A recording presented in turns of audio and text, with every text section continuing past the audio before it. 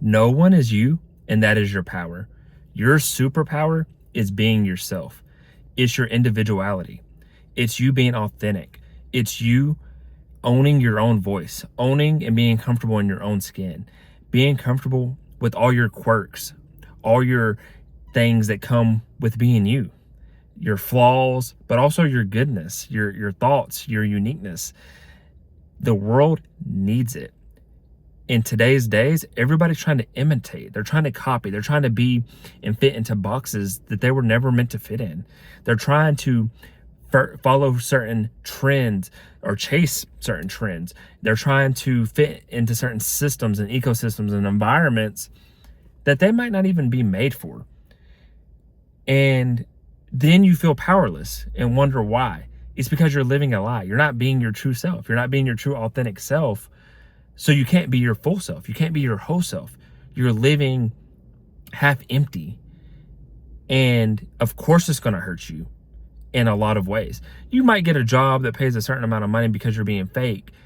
But how long will that job last? Whether just genuinely, like, will it last long? Is it going to be a long-term career? Or will you start feeling burned out? Because I feel like burnout is spiritual. How long will that relationship last when you're not really being yourself? It's not truly your sense of humor, your interests and likes and things like that, because you're pretending to be somebody you're not. You're acting like you like one thing because you thought it was popular, but you hate it. You don't enjoy it. And now you're in a relationship where your significant other always wants to do this said thing, but you had lied or led them on about a certain belief. And I think that hurts us. And I feel like you're not calling and playing to your strengths in life when you're not yourself. I feel like you're not doing what is right in your spirit and soul when you're not being yourself. I feel like the right doors and opportunities won't truly present themselves when you're not being yourself. But we feel and think that we have to imitate. We have to be something that we're not to be successful or to have love or to have money or to have certain things in life. And that's not true. Sometimes you just have to be patient. Sometimes you have to be willing to wait for what's yours, because a blessing takes longer doesn't mean, or a blessing that takes longer might be a better blessing. It might be a true blessing. Maybe you're wondering where your blessing is, and it's because you're not ready for your blessing. You're not even being yourself, because your blessing is you. You're an individual person. You as an individual person. But when you're not living out as yourself, you're wearing a mask. How are you going to receive what's yours? Because you don't even know who you are. And some people are so good at doing this that they truly become somebody new. They're like a chameleon. They don't even know who they are to themselves. They look in the mirror and don't recognize the person that they are. And just so you're aware, people do this all the time. They get out of a relationship. I'll use a relationship as an example.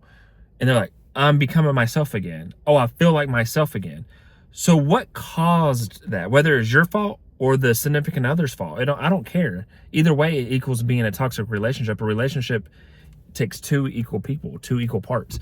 It doesn't matter who the root problem is. You still accepted it. You still didn't set up the proper boundaries or set the standards in the relationship. But people will leave these relationships and finally be single again. They're like, I'm starting to feel like myself again. I'm starting to believe like myself again. Or they work a job where they're so exhausted, they don't feel like themselves, they're losing their mind, they're stressed out. Then they quit the job or get fired, and they're in a good mood. They're like, man, I feel like I can start doing what I want to do. I can create my own business. I can go do this. I can go freelance and do this. It's because you started wearing so much of a mask and started doing so much stuff that wasn't you. You lost yourself. And you can get into that and be in that for years, decades, and not realize it, because now you've lied and became something else so much that you've truly embodied it, whether you wanted to or not, and that you lost yourself in the meantime. So it's very easy to do. A lot of people do this. Heck, we do this on a day-to-day basis, almost every human, where you just play fake almost. It's kind of like banter, and it's kind of like being nice, like, hey, how are you? I'm doing good. You always say I'm doing good, to a stranger at least. You're not just like, man, today's the worst day of my life and this happened. There are people like that, but for the most part, you walk past somebody at work or at Walmart or at the gas station, you're just saying, I'm doing good. How are you? It's kind of like a passing thought. But are you truly doing good? Are you truly sitting there and talk? Are you kind of being fake? You're kind of being fake. Even if your intentions are good, it's not to be negative and pour negative on somebody else, which I'm glad we do that. But it just shows you that we just walk through the motions in life. And it's so easy to lose yourself. It's so easy to lose authenticity. It's so easy to lose our individualism, because we also don't want to be ostracized, the biggest thing, or alienated either. The biggest thing, there's a book and it talks about the biggest fear, and like some of the biggest things is like public speaking. And it says the root cause is you don't want to say something or do something wrong that's embarrassing, that alienates you, that makes people look at you and like push you out of a group, because humans are social creatures. We thrive on tribes, on villages, and like community. That's why churches are so powerful. That's why certain gym communities are so powerful. That's why certain ecosystems, like the military cops, they're in a niche group. They're in their community. Teachers, there's different things like that, and you bond. And you don't want to be the outcast. You don't want to be the person that is alienated from that, or just society as a whole. You don't want to be the person that is put and embarrassed. So you'll do almost whatever to fit in, even if it's subconscious. Sometimes it's not always a conscious thought that you're going to act like that. You're like, no, like, how do I fit in? There's a lot of psychology studies on it. People have seen it. You've seen everybody's either heard or seen the study where the most popular one's like a doctor's office, where a new person comes in that doesn't know what's happening and everybody else is in on it. And there's like a beep that goes off and people stand up. And eventually, after one or two times, the person that is the test subject sees everybody else is standing up. So they start to stand up. They start to follow suit. And it's kind of like a conforming is kind of the study of what it's about. I can't remember the actual name of it off the top of my head. I didn't write it down. But it just shows how we start to conform to society. We start to conform to certain environments. We start to conform to our significant others, to our spouses. And I'm not saying don't get along. I'm not saying don't compromise. I'm not saying don't follow rules, because obviously certain jobs and things have rules, relationships have boundaries. But don't lose yourself. Don't become somebody that you're not in order to have a success in something that's worldly and temporary. Now, can a relationship turn into marriage and long-term? Yes. But also in relationships, you should respect each other's beliefs and interests. You should know each other's love languages. You should know each other's personalities and respect. You should celebrate the similarities and respect the differences. That's where a lot of people get relationships wrong. There's going to be things that you're similar on and things that you disagree on. You can one person can like scary movies, the other person hates scary movies. One person can love seafood and the other person can hate seafood. That doesn't mean you're never going to watch a scary movie together. You're never going to go to a seafood restaurant. We're going to go to the seafood restaurant. You're going to order some chicken or something, and we're going to watch the scary movie, but then we can watch the rom-com after, or the action movie after. We're going to talk about it, compromise. And then the things that we do love, we're going to do that all the time. Oh, we both love axe throwing, so we're going to go axe throwing once a month together. Like, I don't know. I'm just using these as an example. But yeah, all in all, just know that you are your superpower. So be yourself. That's how you're going to feel more alive in the world. That's how you're going to do more great things in the world, because you have your own voice.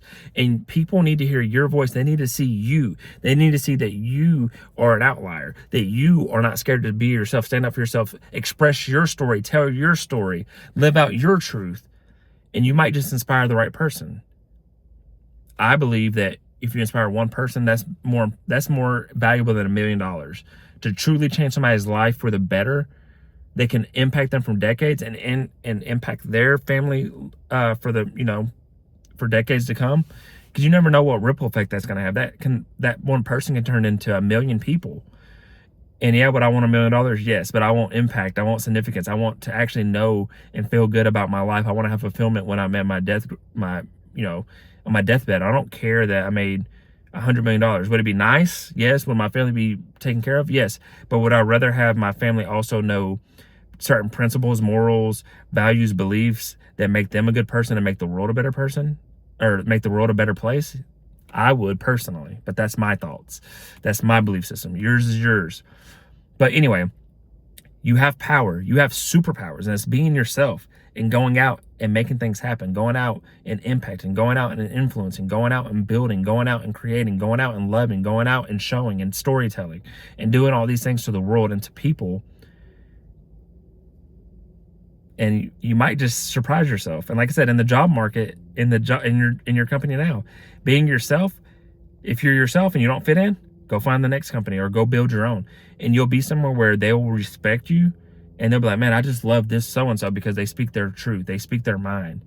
and you will earn the respect in the environments that you're meant to be. And if you go somewhere, man, I can't believe they said that, then you're maybe not supposed to be there. So just take these things in mind, in consideration. Live out who you are. Be yourself. That is your superpower. That is your uniqueness. That is what sets you apart. You're not copying and being somebody else. You're being an original piece, an original person, an original piece of art, however you want to frame it. And yeah, go out and be yourself and make good things happen in your life. This was Consistency Day 300. If you got anything from this message, it inspired you, motivated you, made you think different, or even challenged you, I encourage you to like, share, comment, and subscribe for more. And other than that, I wish you all peace and blessings on the journey.